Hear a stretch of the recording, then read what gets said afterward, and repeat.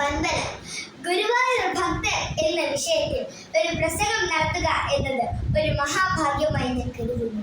ഭക്തരുടെ മനസ്സിൽ അന്തർലീനമായിരിക്കുന്ന ആത്മീയ ചൈതന്യത്തെ തൊട്ടുണർത്തുവാനും അതിലൂടെ ഭക്തിയും വിശ്വാസവും ഉൾക്കൊണ്ട് ജീവിതത്തെ ശരിയായ ദിശയിൽ മുന്നോട്ട് നയിക്കുവാനും ഭക്തർക്ക് സാധിക്കുന്നു. ഇത് വളരെ എളുപ്പത്തിൽ സാധിക്കുന്ന ഒന്നല്ല, നീണ്ട കാലത്തെ സാധന ആവശ്യമായ ഒന്നാണ്. ഗുരുവായൂർ ഭക്തിനെ സംബന്ധിച്ച് വളരെ എളുപ്പത്തിൽ ഈ കാര്യങ്ങളിലേക്ക് എത്തിച്ചേരുവാൻ സാധിക്കുന്നു എന്നതിന് നിരവധി തെളിവുകൾ നമ്മുടെ മുന്നിലുണ്ട്. ഗുരുവായൂർ ഭക്തർക്ക് വാക്കുകൾക്ക് അതീതമായ കാര്യങ്ങൾ അനുഭവവേദ്യമാക്കുകയാണ് ചെയ്യുന്നത്. എങ്കിലും ആയതുമായി ബന്ധപ്പെട്ട ചില കാര്യങ്ങൾ ഭക്ത്യാദരപൂർവ്വം ഞാൻ അവതരിപ്പിക്കാം. ഗുരുവായൂർ പട്ടണത്തിൽ സ്ഥിതി ചെയ്യുന്ന ഈ ക്ഷേത്രത്തിലെ യഥാർത്ഥ പ്രതിഷ്ഠ ചതുർബാഹുവായ മഹാവിഷ്ണുവാണ്. എന്നിരുന്നാലും ഭഗവാന്റെ 9ാമത്തെ അവതാരമായ ശ്രീകൃഷ്ണന്റെ പേരിലാണ് ഈ ക്ഷേത്രത്തിന്റെ പ്രസിദ്ധി.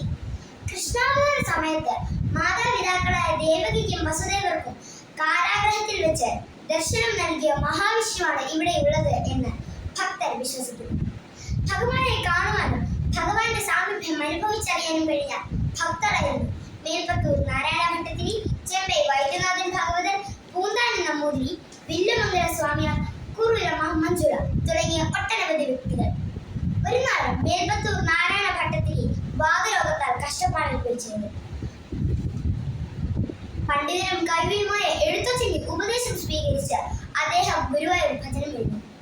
അവിടെ വെച്ച് അദ്ദേഹം ഓരോ ദശകം വീതം ദിവസവും ഉണ്ടാക്കി ചൊല്ലി 1000-ലധികം പദ്യങ്ങളടങ്ങിയ നാരായണീയം പൂർത്തിയാക്കി ഭഗവാൻ സമർപ്പിച്ചത്.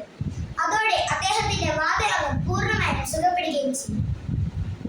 കേരളത്തിൽ ജീവിച്ചിരുന്ന ഭക്തകവി പ്രമുഖരിൽ ഒരാളായിരുന്നു പൂന്താനം.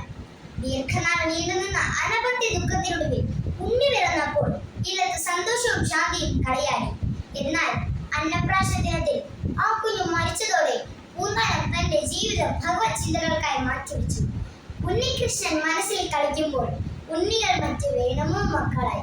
അദ്ദേഹം എഴുതിയ ജ്ഞാനപ്പാനയിലെ ഈ വരികളിൽ തന്നെയുണ്ട് അദ്ദേഹത്തിന്റെ ഭഗവത് ഭക്തിയുടെ ആഴം. ഒരുപാട് കഥകൾ അദ്ദേഹം ഗുരുവായൂരപ്പനുമായി ബന്ധപ്പെട്ടിട്ടുണ്ട്. ഗുരുവായൂരപ്പന്റെ കഥകളിൽ ഒരിക്കലും ഒഴിവാക്കാൻ പറ്റാത്ത നിറ സാന്നിധ്യങ്ങളാണ് വില്ലുമംഗല സ്വാമിയാരും കുറുവിലമ്മയും. ഗുരുവായൂരപ്പന്റെ പരമഭക്തനായിരുന്നു വില്ലുമംഗല സ്വാമിയാർ. എന്നാൽ എല്ലാ ദേവതകളെയും ഭജിച്ചിരുന്നു. ഏത് ക്ഷേത്രത്തിൽ പോയാലും അവിടുത്തെ മൂർത്തിയെ നേരിട്ട് കാണാനുള്ള കഴിവ് അദ്ദേഹത്തിന് ഉണ്ടായിരുന്നു.